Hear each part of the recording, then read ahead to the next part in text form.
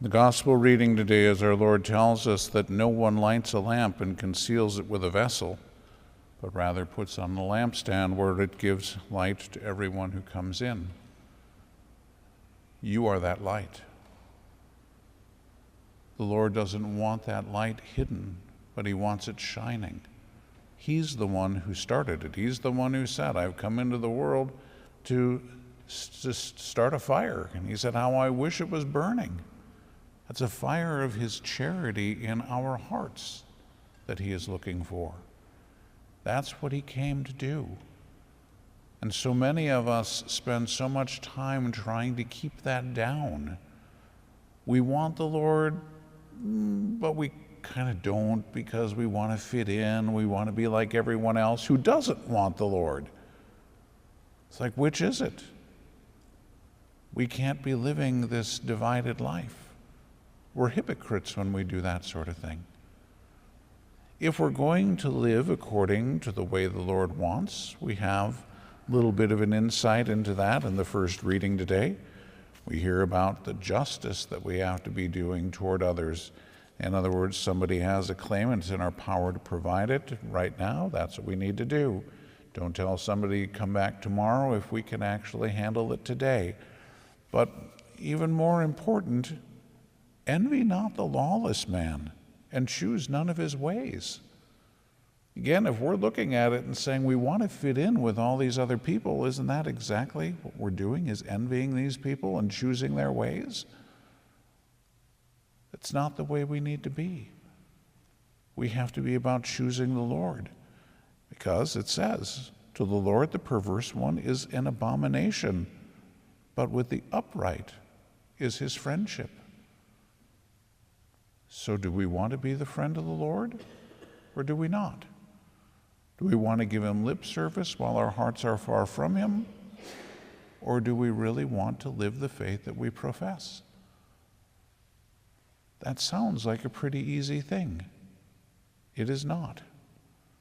We live in a world that has gone completely haywire. What is considered normal at this point is so abnormal that it's not even close. And yet we look like a bunch of nuts if we try and say that this isn't right, this isn't normal. And so the natural human tendency is to try to find the middle ground.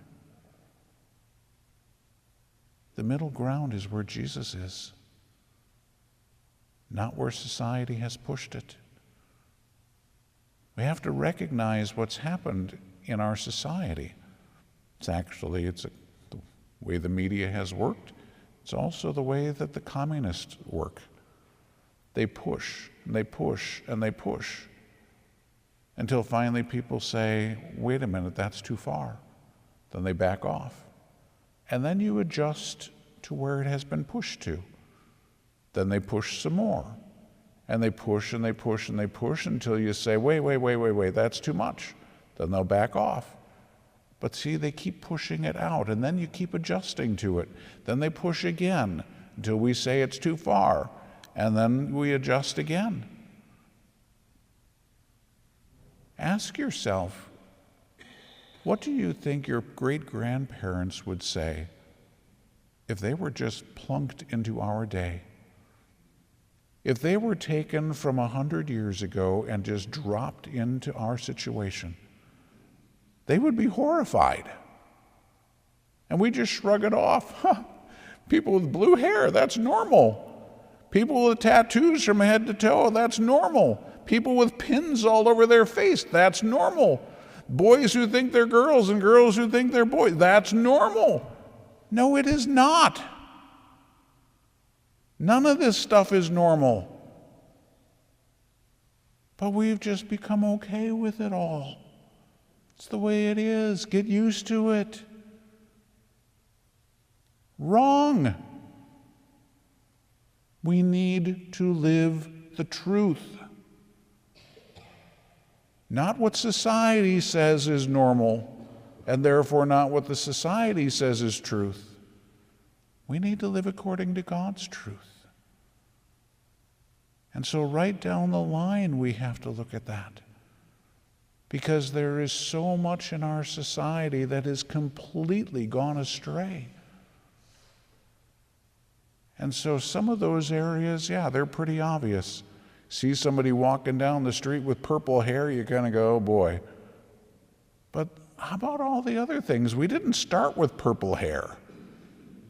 We started with a lot smaller things, and all that's happening now with all that kind of nonsense is these poor people are so unloved that they're looking for attention. They're doing anything to try and get your attention. So if they're getting no attention, they'll make their hair purple to see if you'll look at them funny, just to get attention, because negative attention's better than no attention. But these poor people, it's all a matter that they don't even know what it is to be loved. So what's our task? To live a righteous way, to live a just way, to live a way of charity. In that sense, to live as our Lord did, because that's what he did. He came into a world that had gone crazy. They probably didn't have purple hair dye back in his day, so that wasn't happening. But they had all kinds of their own problems, many of which have come back to haunt us. And he came into that world, and he lived a way of righteousness. He lived a way of justice. He lived a way of charity. And people saw that. Some people, of course, didn't like it, and they wanted him killed. Other people saw it and were attracted by it because they recognized that this was what was good and this was what was right. That's what we can do for others. Just be the light. Be the example. It doesn't require working miracles or getting up on a soapbox and preaching or doing extraordinary things. Today, being normal is extraordinary. I mean, let's admit it. Being who God created you to be is no longer the norm. And therefore it has become extraordinary. You're going to stand out because you're normal. It's like going into a psych ward. If you're the only one that's normal in the psych ward, you're the one that looks weird. Well, in our society today, if you're going to live the way God created you to live, you're going to look like you don't fit in because you don't. And so they're all going to look at you and go, you're crazy, you're a nut. I always think back and chuckle to myself. I went over to the uptown area in Minneapolis one day. This was 20 years or so ago. And I've never been over there. Somebody wanted to meet for lunch, and so I went over there. So I've got my cassock on. My hair is cut short as it usually is, and these people are walking down the street with half their hair down to their shoulder and the other half cut like mine. These odd get-ups and weird stuff all over them and all this stuff. And I'm walking down the street going to this restaurant. This guy looks at me. He's got, all this stuff. He goes, "Great duds, dude." And I thought, oh no, they think I'm one of them. Because my hair was short and I had a cassock on. They'd never seen a cassock. This was kind of cool to them. It's like, wow, that's different from everybody else. So, yeah, I guess. If you're normal, you're weird. Well, I'm weird anyway, so that's okay. But I always said, if that's what's normal, I don't want to be normal. It's not how God created us to be. So be the light. Live as God created you to live. That can only happen if we have our prayer life in good order, so that we're conforming ourselves to Christ. And in that, we have the grace then to be able to walk according to his way and not get caught up into the thing of, well, I got to fit in with everybody else. So just be normal, because that's who God created you to be.